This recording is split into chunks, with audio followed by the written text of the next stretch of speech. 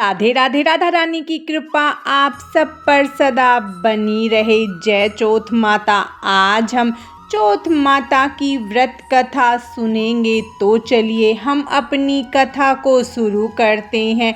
एक नगर में एक बूढ़ी माँ रहती थी।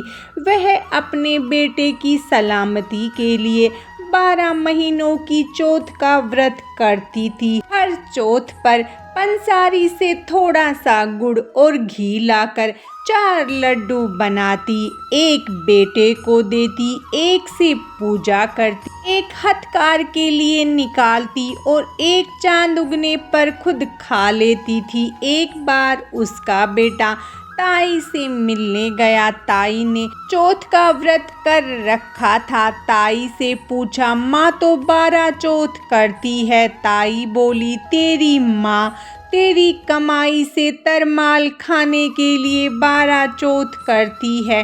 तू प्रदेश जाए तो वह एक भी चौथ नहीं करेगी। लड़के को लगा ताई सच कह रही है। घर आकर माँ से कहा, मैं प्रदेश जा रहा हूँ, यहाँ तू मेरी कमाई खाने पीने में ही उड़ा देती है। माँ ने समझा कर रोकना चाहा, पर उसका बेटा नहीं माना। माँ ने उसे साथ ले जाने के लिए तिलचौथ माता के आंखें दिए और कहा, मुसीबत में ये आंखें तेरी मदद करेंगे। वह आंखें लेकर रवाना हो गया। घूमते हुए एक नगर में जा पहुंचा। उसने देखा एक बूढ़ी माँ रोती जा रही थी और पुए बनाती जा रही थी। उसने कारण पूछा तो बूढ़ी माँ ने कहा, बेटा इस नगर की पहाड़ी पर एक दैत्य रहता है। वह पहले नगर में आकर कई लोगों को खाने के लिए मार देता था।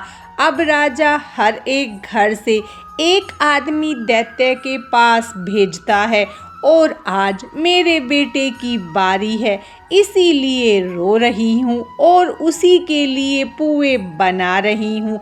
वह बोला, तू पुए मुझे खिला दे, तेरे बेटे की जगह मैं चला जाता हूँ। बूढ़ी माँ ने खीर पुए उसे खिला दिए। खा पी कर वह तो सो गया। रात को सैनिक आए तो बूढ़ी माँ ने उसे भेज दिया। दैत्य के सामने पहुँचने पर उसने चौथ माता के आंखें दैत्य की तरफ फेंक कर कहा, हे चौथ माता, यदि मेरी माँ मेरी सलामती के लिए व्रत करती है तो दैत्य का सिर कट कर गिर जाए। तुरंत दैत्य का सिर कट गया। लड़का वापस आ गया। राजा ने उसे उपहार देकर विदा किया। चलते हुए एक दूसरे राजा के नगर में पहुंचा। इस राज्य में आवा तभी पकता था जब एक इंसान की बलि दी जाती थी। सिपाहियों ने उसे पकड़कर आवे में चुन दिया। लड़के ने आंखें आवे में डाले और कहा, हे चौथ माता, यदि मेरी माँ मेरे लिए व्रत करती है तो आवा मेरी बलि लिए बिना ही झट से पक जाए। आवा तुरंत पक गया। आवे में से मिट्टी की जगह सोने चांदी के बर्तन निकले। अंदर से लड़का बोला, बर्तन धीरे धीरे निकालना, मुझे लग नहीं जाए। राजा ने उसे निकलवाया और पूछा, इस आवे से तुम कैसे बच गए? लड़के ने बताया कि उसकी माँ चौथ माता का व्रत करती है, व्रत के कारण ही वह बच पाया। राजा को विश्वास नहीं हुआ। उसने एक चांदी की सुराही मंगवाई और कहा कि सुराही की नली से निकल कर दिखाओ, तभी तुझ पर विश्वास करेंगे।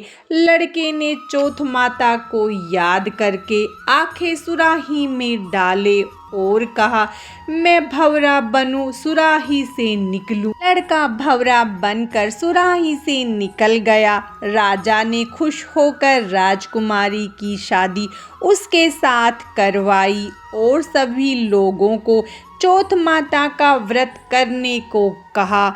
उसे माँ की याद आई। उसने राजा के पास जाकर खुद के नगर जाने की इच्छा जाहिर की। राजा ने रथ घोड़ा, हाथी और खूब सारा दान दहेज देकर उन्हें विदा कर दिया। चौथ के दिन अपने नगर जा पहुंचा वह अकेला पंसारी के यहाँ माँ का इंतजार करने लगा। सोचा चौथ है तो माँ यहाँ जरूर आएगी। थोड़ी देर बाद लकड़ी टेकती हुई माँ आती दिखी। बेटा माँ के चरणों में गिर पड़ा, कहा माँ मैं तेरा बेटा हूँ, मुझे माफ कर दो।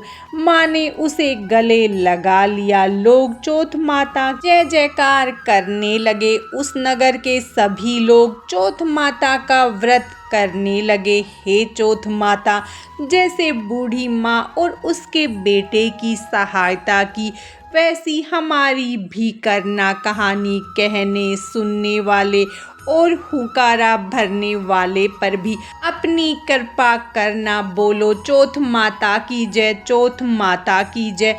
चौथ माता की व्रत कथा समाप्तम।